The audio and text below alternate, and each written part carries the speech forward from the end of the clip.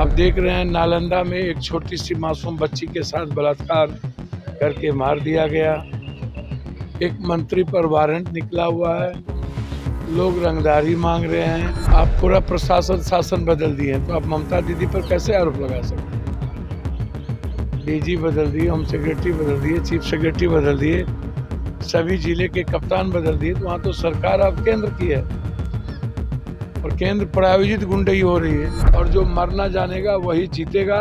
घर में बैठ के फेसबुकिया और यूट्यूबर बन करके राजनीति और सामाजिक जीवन नहीं जिया जा सकता। पूरा का पूरा महकमा शराब में, जमीन में, बालू में और सूखे ड्रग्स में लगा हुआ। केसी त्यागी जी सम्मानित नेता हैं और वैचारिक नेता हैं। चाहे केसी त्यागी हो, शिवानंद तिवारी हो, ऐसे लोगों का सम्मान होना चाहिए। पूर्णिया की सियासत से उठी एक आवाज ने फिर राष्ट्रीय राजनीति में हलचल मचा दी है।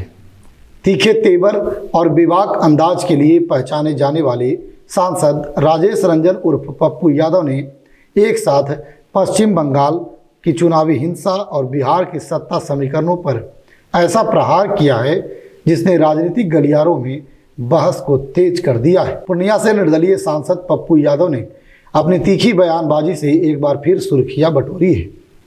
बंगाल में जारी चुनावी हिंसा पर बोलते हुए उन्होंने ममता बनर्जी का खुलकर बचाव किया और सीधे केंद्र सरकार पर गंभीर आरोप लगाए। उनका कहना है कि जब भारत निर्वाचन आयोग ने राज्य के डीजी, चीफ सेक्रेटरी और पुलिस अधिकारियों को बदल दिया है तो प्रशासनिक नियंत्रण अब केंद्र के हाथ में है। ऐसे में बंगाल में हो रहे पत्थरबाजी केंद्र प्रायोजित है और बाहरी तत्वों को बुलाकर माहौल बिगाड़ने की कोशिश की जा रही है।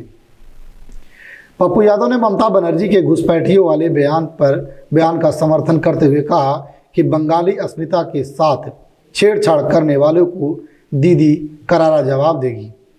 उन्होंने दो टूक कहा कि बिहार की कानून व्यवस्था पर उन्होंने गहरी चिंता जताई।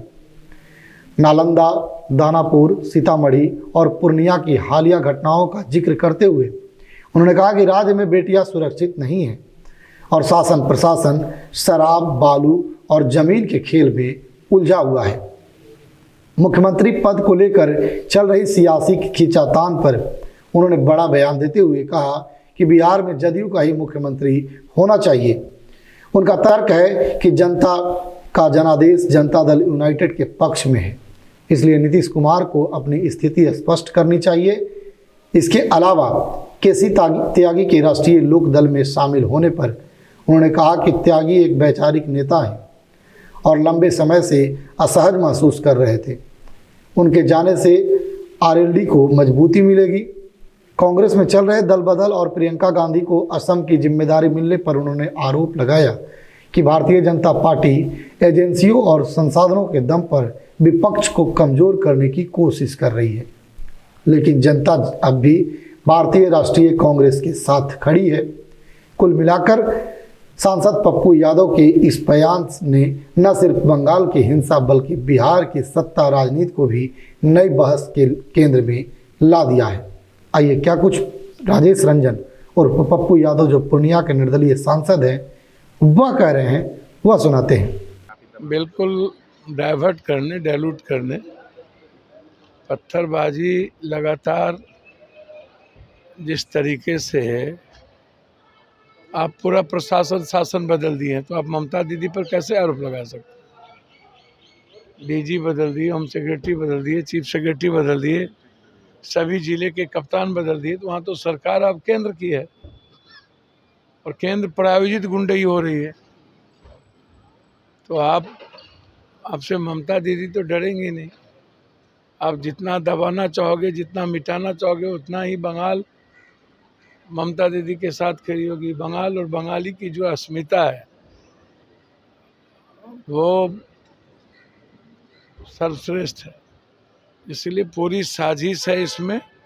केंद्र प्रायोजित पत्थरबाजी हो रही है। जिस तरीके से सर बिहार में मुख्यमंत्री को लेकर के कहीं ना कहीं कयास लगाए जा रहे हैं कि जेडीयू भी दावा कर रही है कि निशांत कुमार को बनाना चाहिए, अंदर ही अंदर कहीं ना कहीं खुल करके इस पर बात नहीं हो रहा है। आप कैसे देख रहे हैं? देखिए, इसको तुरंत बहुत ही क्लियर करने की ज़रूरत है, क्योंकि पूरा बिहार त्रस्त है, पूरा बिहार परेशान है। पूरे बिहार की स्थिति, हालात अच्छे नहीं हैं। आप देख रहे हैं नालंदा में एक छोटी सी मासूम बच्ची के साथ बलात्कार करके मार दिया गया। एक मंत्री पर वारंट निकला हुआ है, लोग रंगदारी मांग रहे हैं। सीने में गोली मार दी गई पुलिस के द्वारा दारू पी के। सीतामढ़ी में एक यूथ को मारते मारते पुलिस के द्वारा लास्ट कर दिया गया। दानापुर में किस तरीके से 8-8 लोग दिन में पीट पीट के कांटी ठोक के मार दिया गया।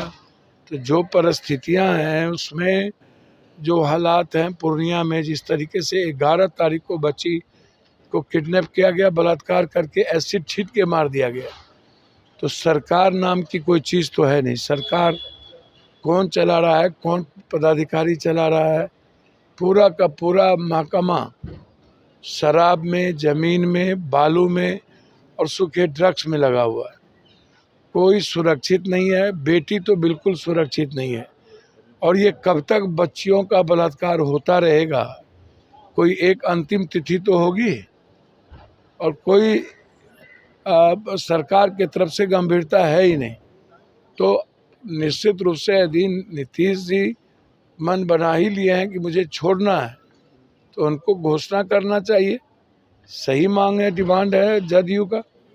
हर परिस्थिति में जदयू का जो डिमांड है, जनता ने जो मैंडेट दिया है वो जदयू का डिमांड है। और जदयू का ही मुख्यमंत्री हो, बिहार की जनता भी चाहती है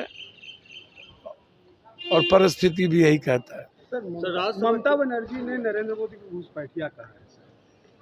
भैया, बंगाल में जिस तरीके से आप बंगाली अस्मिता पर हमला कर रहे हो और पूरा डीजी सिक्योरिटी एसपी डीएम को बदल करके बिल्कुल कंप्लीट रूप से आप चुनी हुई सत्ता को परेशान कर रहे हो, और बाहर जिलों से गुंडे बुला करके आप पत्थरबाजी करोगे, तो बट नेचुरल है बंगाल में बाहर से आकर के दंगा करवाने का काम होगा। तो ममता दीदी का जो बयान है वो सही साबित हो जाता है।